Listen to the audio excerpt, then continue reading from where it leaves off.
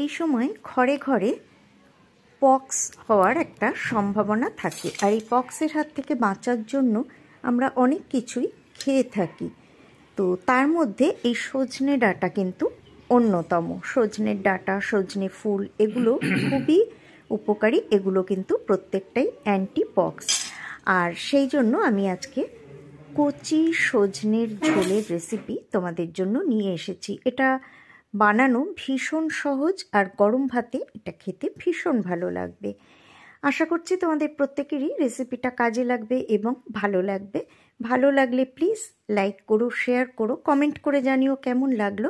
আর এরকমই সুন্দর সুন্দর রেসিপি পেতে আমার চ্যানেলটা সাবস্ক্রাইব করে পাশে আসা বেল আইকনটা প্রেস করে দিয়ে আমার পাশে থাকার জন্য অনুরোধ রইল। চলো তাহলে শুরু করে দিই আমার আজকের রেসিপি। আমি এখানে দেখো একদম কচি লতলতে একদম কচি সজনে নিয়ে নিয়েছি। তো এগুলোকে এখন আমি কেটে নেব। আর এই সজনেটা কিন্তু সজনে ফুল এগুলো কিন্তু অ্যান্টিপক্স।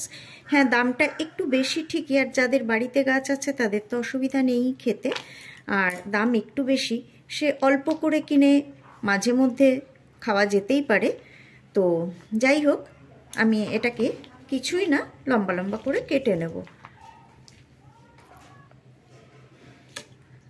তো এই আগার দিক থেকে এটা একটুখানি কেটে দিলাম, তারপর এরকম লম্বা লম্বা এরকম টুকরো করে, একটু ছোট টুকরো একটু বড় টুকরো তোমাদের যেমন মনে হবে সেইভাবেই কিন্তু এগুলোকে কেটে নেবে। তো এইভাবে আমি সবগুলোই কেটে নেব।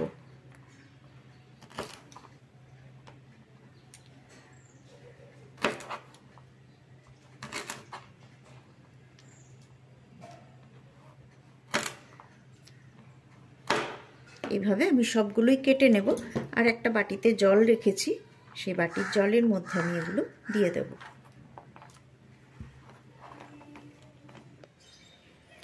নিয়ে নিয়েছি একটা মাঝারি মাপের আলু, আর আলুটার খোসাটা আমি ছাড়িয়ে নিয়েছি আগেই। এই আলুটাকেও কিন্তু এগুলো যেমন লম্বা কেটেছি ওইভাবেই কিন্তু আলুটাকেও আমি কাটবো। সবজি কিন্তু রান্নার মধ্যে কাটার একটা বিশাল অবদান থাকে। সবজি কাটার মধ্যে রান্নার কিন্তু একটা থাকে, কারণ এক এক রকমভাবে কাটলে কোনোটা সেদ্ধ হবে কোনোটা সেদ্ধ হবে না। তো দেখো আমি এরকম পাতলা পাতলা আর লম্বা করে আলুগুলো কেটে নিচ্ছি। যেমন তেমন করে কিন্তু সবজি কাটা যায় না, সবজি কাটারও একটা পদ্ধতি থাকে। তো দুটোই কিন্তু আমি দেখো সজনের ডাঁটাও যেমন লম্বা করে কাটলাম, আলুটাও লম্বা করে কাটলাম। এর মধ্যে কিন্তু আমি ডুমো ডুমো করে আলু দেব না। আমি কড়াইয়ে অল্প একটু সর্ষের তেল দিয়ে দিয়েছি, আর এর মধ্যে গোটা ছয়েক ডালের বড়ি আমি দিয়ে দিলাম। আর বড়িটাকে আমি একটুখানি ভেজে নেব। বড়িগুলো কিন্তু আমার খুব একটা ভালো না, ঘরে দেওয়া বড়ি নয়, আমি দিতে পারছি না শারীরিক অসুস্থতার জন্য, দোকানের কেনা বড়ি, তাই আমার খুব একটা পছন্দ হয়নি বড়িগুলো। তবু এনেছি, যে একদম বড়ি ছাড়া কিছু রান্না করে খেতে শীতকালে ভালো লাগে না। তো বড়িগুলো আমার ভাজা হয়ে গেছে। এর মধ্যে অবশ্যই কিছু মেশানো থাকে, মনেই হয়, দেখেই বোঝা যায়। তো যাই হোক, কিছু করার নেই, তোমরা অবশ্যই ভালো বড়ি দিয়েই করবে, তাহলে খেতে কিন্তু স্বাদটা আরো বেশি হবে। তো এখন আমি এর মধ্যে একদম অল্প একটু তেল দিয়ে দেব। 1 চা চামচ মতো তেল আমি এর মধ্যে আবারও দিয়ে দিলাম। এবার আমি এর মধ্যে দিয়ে দেব রাঁধুনি। আমি কিন্তু 1/4 টিস্পুন রাঁধুনি এর মধ্যে দিয়ে দিচ্ছি।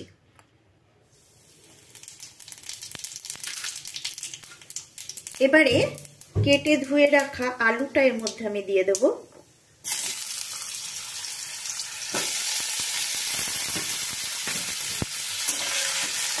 আলুটা একটুখানি সাঁতলিয়ে নেব, এখানে খুব ভাজার দরকার নেই, অল্প একটু সাঁতলিয়ে নেব। আর এটাও আমি করছি লো ফ্লেমে। আলুটা মিনিট খানিক আমি সাঁতলিয়ে নিয়েছি। এখন আমি এর মধ্যে যেটা দেব সেটা হচ্ছে আদা বাটা। এর মধ্যে আমি 1/2 চা চামচ আদা বাটা দিয়ে দিচ্ছি।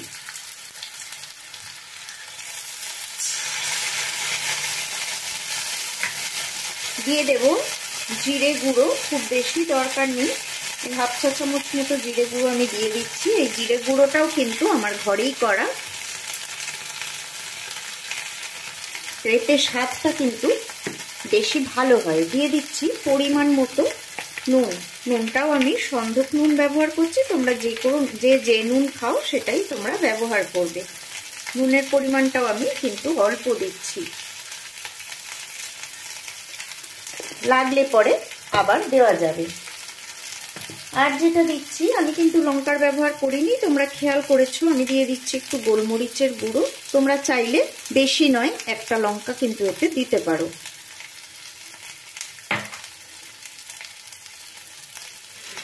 দিয়ে দেব একটুখানি হলুদ গুঁড়ো, খুব সামান্য 2 চিমটি মতো দিলাম, তোমরা বুঝে দেবে, কারণ আমার এই হলুদটায় রংটা খুব বেশি হয়ে যায়, যেহেতু হলুদটা গোটা হলুদ কিনে দোকানে গুঁড়ো করানো, সেই জন্য। এবার আমি এর মধ্যে দিয়ে দেব ধুয়ে কেটে রাখা সজনের ডাঁটা।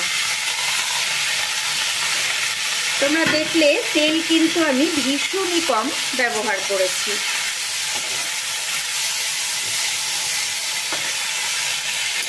এখন এটাকেও আমি মিনিট খানেক এভাবে সাঁতলিয়ে নেব।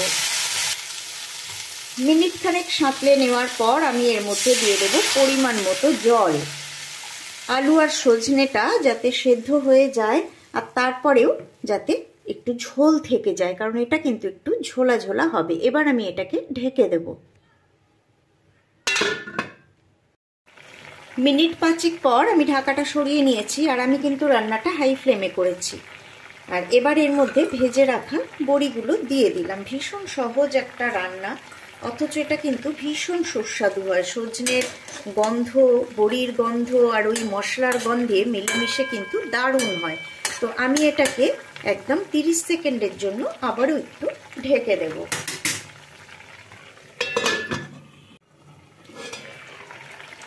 ফিরে এলাম 30 সেকেন্ড পর। বড়িগুলো মোটামুটি নরম হয়ে গেছে। এখন আমি গ্যাস অফ করে ঢাকা দিয়ে রেখে দিলে বড়িগুলো কিন্তু ফুলে উঠবে এই ঝোলেই। তো গ্যাসটা এখন আমি অফ করে দেব। আলু সজনে সব সেদ্ধ হয়ে গেছে, তারপর আমি এটাকে পরিবেশন করে দেব। এখন ঢাকা দিয়ে আমি রেখে দেব গ্যাসটা অফ করে। বন্ধুরা, রেসিপিটা কেমন লাগলো আমাকে অবশ্যই কমেন্ট বক্সে কমেন্ট করে জানিও। আজকে এই পর্যন্তই, বিদায় নিচ্ছি। আবারও ফিরে আসবো পরের পর্বে এরকমই সুন্দর কোনো রেসিপি নিয়ে। সবাই ভালো থেকো, সুস্থ থেকো, সাথে থেকো।